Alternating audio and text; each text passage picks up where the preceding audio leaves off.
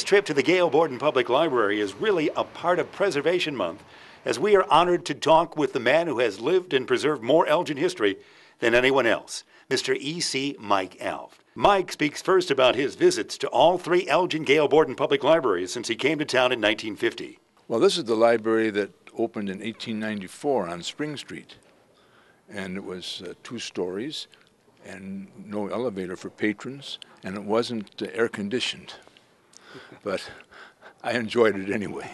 It's a magnificent building. It's now a restaurant. And I can remember researching newspapers up there. They weren't on microfilm at that time. They were bound, heavy bound volumes. And I'd cart them over to the desk and turn the leaves, and there'd be flies buzzing at the window, and I'd wipe my head from the perspiration. And then I happened to be at the opening of the library on North Grove in 1968, helped to cut the ribbon. And then I was here on opening day in 2003 when this library opened.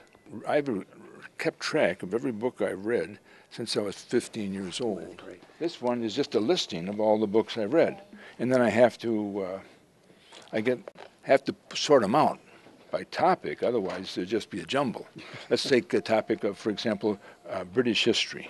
Well, British history is I've read 121 books. There have been 18 general books, 7 on London, 8 before the Conquest, 11 in medieval English history, 3 on the Reformation, 4 in the Elizabethan age, 3 Jacobean age, 5 Civil War and Restoration, 5 18th century, 4 in the Regency, 25 in Victorian age. Of course. One of your favorites. Yes, it is.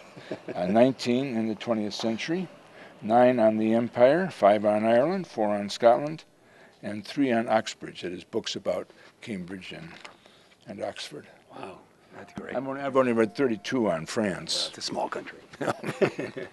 When you travel around Elgin, do folks always come up to you and ask specific questions, or because you always must be in demand? Your knowledge is incredible. Well, sometimes they do, but people say, "How do you know so much?" Well, I do a lot of reading, but the thing is, the more you know, that is, the circle of your knowledge, the area of your knowledge, there's a circumference of darkness around it. So the more you know, the more you don't know. People who think they know everything don't know much. Yeah, as a youngster, you moved around a lot. So when you got to Elgin, you kind of adopted the city and wanted to look back. Yes, and during the Depression, my father moved around wherever he could get a job. So I attended 10 schools before getting out of high school.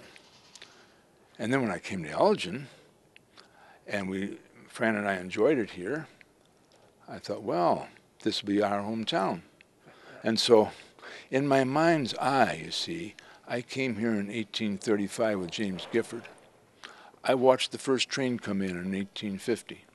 I was one of the workers at the watch factory when the first watch was produced in 1867. That's a long time being in Elgin. How many books have you authored yourself?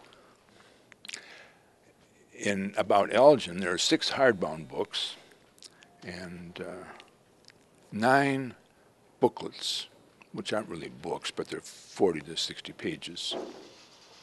And then I've gotten a lot of other books. I've written histories of the Congregational Church and St. John's Church and Home Federal Savings and Loan. And then, of course, I've written 1,178 columns for the Courier News. We asked what time period in Elgin history would be Mike's favorite to live in. I'm often asked that, and many people say, I'm sure it's in the 50s, because we still had the watch factory, downtown was humming, and there was a middle-class aura to the community. It was just a wonderful time to be in Elgin.